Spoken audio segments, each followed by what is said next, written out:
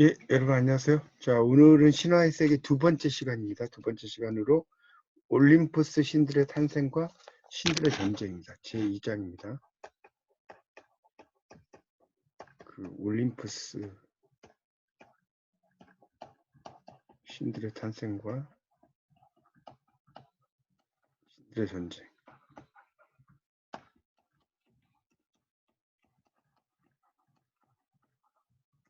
자, 거기 이제 보겠습니다. 여기 이제 보면 제 자식을 삼킨 크로노스라고 나왔죠. 이 크로노스가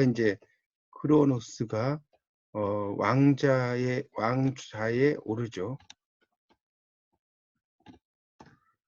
그래서 이제 그 아버지 우라노스를 권자에서 몰아내고 첫째 줄입니다. 신들 세계 우두머리가 된 것은 크로노스였다. 그래서 그는 자신의 누이인 레아를 아내로 취해서 올림푸스 신들 중 윗세대라 할 수 있는 존재들 낳죠. 그래서 여기 보면 아들로는 특히 이제 제우스, 포세이돈, 하데스, 딸로는 헤라, 뭐 여러 사람들을 낳죠. 그 신들을 낳게 됩니다. 그래서 이제 특히 이제 이 막내인 제우스를 제외하고는 모두 아버지 뱃속에 들어갔다 나온 존재입니다. 왜냐면 크로노스가 자기 자식이 태어나는 대로 모두 삼켜버리죠. 이 크로노스는 자식들을 삼켜버립니다. 그래서 이게 이제 우라노스가 했던 짓과 유사한데 자기 운명을 피하기 위해서. 원래 이제 크로노스라는 말 자체가 시간 뭐 이런 거와 또 영어로 이제 크로니커 이러면 시간 연대기 뭐 이런 뜻이 있죠. 그런 개념이기 때문에 크로니커. 그래서 이 크로노스는 이제 자기 어떤 운명을 피하기 위해서 이렇게 이제 삼켜버렸다라고 할 수가 있습니다. 이제 그런 크로노스의 자식들 중에서 이제 특히 이제 제우스가 이제 막내 아들로 이제 나왔는데 이 제우스는 이 아버지 크로노스, 이 크로노스에 있는 어떤 자식들, 이 자식들을 모두 토해내도록 하죠. 토해내도록. 그렇게 만드는 또 이제 신이라고 볼 수가 있겠습니다. 그리고 이제 특히 이제 이 제우스 같은 경우는 천둥이라든가 번개라든가 벼락의 신으로도 되게 많이 나옵니다. 이 제우스가 천둥, 번개, 벼락의 신 이런 걸로 많이 나오는 존재죠. 그렇게 이제 볼 수가 있겠고요.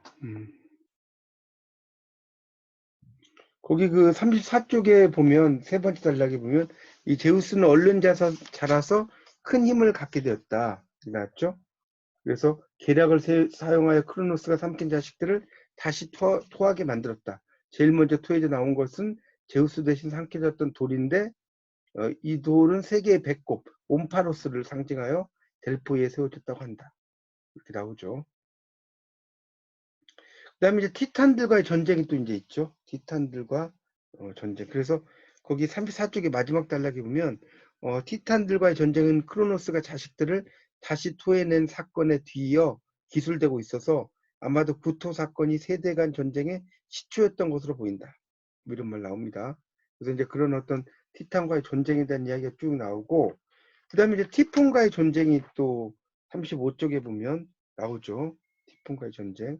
그래서 제우스가 3번에 바로 밑에 줄에 있죠. 통치권을 확립하는 과정에서 가장 무서운 적은 티폰이었다. 그는 머리가 하늘의 별들에 부딪힐 정도로 덩치가 크고 그의 어깨에는 100개의 뱀 머리가 돋아나 있으며 눈에는 불이 번쩍이는 것으로 되어 있다. 이렇게 나오죠. 이제 그런 것들이 이제 또 그런 큰 존재에 대한 이야기들을 볼 수가 있다라고 이해하시면 될 것 같습니다. 그래서 이제 결국은 이 제우스가 이 티폰을 이제 제압을 하게 돼요. 제우스가. 그래서 티폰을 제압을 해서 이 티폰은 37쪽의 두 번째 단락에 보면 거대한 산 밑에 묻히게 되는데 그가 묻힌 곳이 이제 시칠리아의 아이트나 산으로 되어 있다. 맞죠? 그래서 예로부터 이제 지금까지 활발한 분화를 그러니까 화산이 폭발하려고 한다는 거죠. 이 화산은 티폰에게서 에너지를 공급받고 있는 셈이다. 그가 밖으로 나오려고 몸을 꿈틀거릴 때마다 지진이 일어나고 화산이 폭발한다는 거다. 어떤 자연현상에 대한 원인설화라고 할 수 있죠. 자, 37쪽의 마지막 단락에 보면 그래서 제우스에게 제압당한 후 티폰은 세상에 여러 바람을 제공하는 존재가 되었다. 여름철의 태풍. 우리가 태풍이라는 게 타이푼이라고 하죠. 이 타이푼이라는 말 자체가 일종의 태풍인데 이게 이제 바로 이 티폰에게서 유래가 됐다는 거죠. 비슷하죠? 그래서 이제 티폰의 이름이 영향을 줬다. 그렇게 볼 수가 있습니다. 자, 그 다음에 38쪽에 보면 거인들과 알로하다 이렇게 나왔죠. 38쪽에. 그래서 이제 그 가이아에서 태어난 그런 거인들이 이제 올림푸스 신들과 전쟁을 일으키는, 전쟁을 벌이는 그런 내용들이 이제 쭉 읽어보시면 쓰여 있습니다. 그런 그 내용들 여러분이 한번 읽어보시도록 하고요. 자, 40쪽 판도라와 인간의 5시대. 프로메테우스와 판도라. 여기 보겠습니다. 40쪽에. 그래서 이제 거기를 좀 보시면 이 프로메테우스가 이제 나오죠. 거기 41쪽에 넷째 줄. 프로메테우스의 속임수는 원인설화 중에 하나다. 이렇게 나왔죠. 이전부터 신들에게 기름에 싼 뼈를 태워 바치는 관습이 있었는데 그 이유를 설명하는 것이다. 이렇게 나왔죠. 그래서 그 뼈에 생명이 깃들어 있다는 믿음, 뼈를 신에게 바치면 죽은 생명이 부화할 수 있다는 믿음에서 나온 것으로 보인다. 이런 말도 있습니다. 그런 것들이 이제 있죠. 그래서 이제 제우스의 보복책에 대한 이야기도 두 가지 판본이 있다. 헤시우스가 쓴 서사시 중에서 먼저 나오는 게 신들의 계보에는 약간 단순한 판본, 여자에게 특별한 이름이 주어지지 않으며 그녀가 단지를 가져오는 것도 아니어서 여성 자체가 재앙으로 되어 있다. 이 판도라의 상자가 있죠. 판도라의 상자. 판도라라는 말을 이제 분석을 해보면 판이라는 게 all, 모든이라는 뜻이고요. 이 도라라는 것이 기프트의 뜻입니다. 그러니까 우리말로 번역하면 이제 모든 선물이라는 뜻이죠. 모든 선물. 판도라가. 그래서 이제 제우스는 헤파이스토스를 시켜서 진흙으로 여자를 만들게 했고 아테네 여신은 그녀를 치장해 주는데 특별히 마법적인 매력을 부여했다고 나와 있지는 않지만 아주 사랑스러운 화환, 그 다음에 황금의 머리띠에 매력이 포함되어 있지 않았나 싶다 이렇게 써놨죠. 그래서 이제 상자, 판도라의 상자라고 하는 것 자체가 상당히 이제 그 상자 속에 이제 이 선물을 하는데 결국 이제 남자의 마음을 유혹하고 이 판도라의 상자라고 하는 것 자체가 남자의 마음 선물인데 마음을 유혹을 하는 거죠. 그리고 온갖 교활한 일.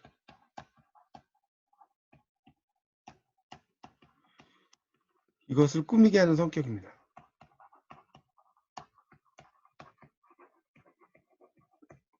그러니까 이 속에는 이제 온갖 질병과 고통이 이제 가득 들어있는 거죠. 그리고 이제 마지막으로 남은 것이 뭡니까? 희망이죠. 그러니까 아무리 힘든 어떤 고통이라든가 이런 것 속에도 희망이 있다는 것을 쭉 이야기한다라고 보시면 될 것 같습니다. 그런 내용이죠. 그런 정도로 이해하시고요. 자, 44페이지에 인간의 5시대. 제가 거기를 보겠습니다. 5.2. 44쪽에. 자, 인간의 5시대.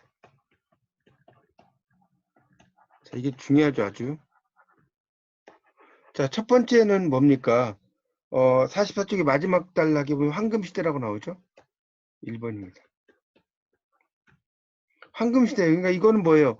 체격이라든가, 체격, 용모, 성품, 이런 게 다 좋죠. 그리고 늙지도 안 하고, 질병도 없는. 자, 그런 시기를 이야기하는 겁니다. 그래서 거기 이제 44쪽에 나오죠. 마지막 단락에 인간이 모두 체격도 좋고 심성도 뛰어나고 늙지도 않고 건강하고 젊은 상태를 유지하다가 죽을 때는 잠드는 것 같이 고통 없이 떠났다. 나왔죠. 자, 그 시대가 지나고 나면 뭡니까? 은시대죠. 44쪽에 밑에서 셋째 줄에 은시대. 이 은시대는 그 마지막 줄에 밑줄 시대 유년기가 100년이나 지속돼요. 하지만 성년이 되면 그다지 오래 살지 못했다. 그리고 서로 해치면서 신들도 섬기지 않아서 신들이 소멸시킨 것으로 되어 있다. 첫째 줄 나오죠. 자, 그 바로 밑에 뭐예요? 3번 청동시대입니다. 인간으로 물풀의 나무에서 나왔다고 한다 이렇게 나왔죠. 물풀의 나무. 그러니까 물풀의 나무가 이제 창과 관련돼서 이제 그 손잡이 같은 거 이런 것을 만든 나무죠. 그래서 집도 청동으로 짓고 농기구도 청동으로 만들었는데 매우 강한 체격과 힘을 가지고 있었다. 나오죠. 자, 그 밑에가 이제 4번이 뭡니까? 바로 이제 철시대죠, 철시대. 자, 이제 청동 시대가 됐고, 이제 그 다음에 이제 그 철시대가 있죠, 철시대. 그래서 이제 그 폭력과 기만 뭐 이런 것들이 판치는 시기라는 거죠. 이렇게 이제 볼 수가 있습니다. 자, 그리고 이제 마지막 시기가 46페이지 보면 나와요. 46페이지. 첫째 줄 영웅시대라고 나왔죠, 영웅시대. 자, 영웅시대는 그 시대, 전 시대보다 조금 나은 인간이 살던 시대인데 46페이지 첫째 줄입니다. 이 시대는 전통적인 4개의 시대 속에서 헤시오도스가 만들어 끼워넣은 것으로 보인다. 이렇게 나옵니다. 이게 영웅시대예요, 영웅시대. 이렇게 볼 수가 있습니다. 그래서 이제 그 밑에 단락에 보면 판도라의 상자와 대왕 관계에 있다고 말했는데 두 이야기를 맞춰보면 들어맞지 않는다. 예를 들면 이런 문제가 있다. 프로메테우스가 불을 훔치고 판도라가 나타나 단지를 열어서 인간이 불행해진 사건은 어떤 시대에 있었던 일인가? 억지로 맞추자면 인간의 삶이 급격하게 불행해진 청동시대 초반이다. 이 청동기 시대에는 이제 뭐가 있어서 불안하냐면 계급이 이제 발생을 하죠. 계급, 청동기.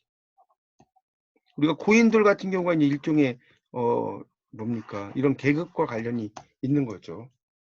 그런 걸 이야기를 하고 있습니다. 그런 내용이 있고요. 그래서 이제 그러면서 상당히 이제 전쟁도 일어나고 많이 일어나죠. 특히 청동기 시대로 오면서 그렇게 되는 거죠. 그래서 청동기 시대 인간은 꼭 곡식도 먹지 않았다고 하니 굶주림은 없었을 것이고 전쟁에 몰두하긴 했지만 도덕적인 악은 없었을 것 같다. 이렇게 이제 이야기를 하면서 마무리가 되죠. 그래서 이렇게 5개의 시대 구분도 여러분이 좀 정리를 하시면 좋을 것 같습니다. 예, 이렇게 해서 이제 두 번째 장에 대한 강의를 마치도록 하겠습니다. 예, 다시 한번 여러분이 보시고 꼭 복습하셔서 여러분 걸로 만드시기 바랍니다. 감사합니다.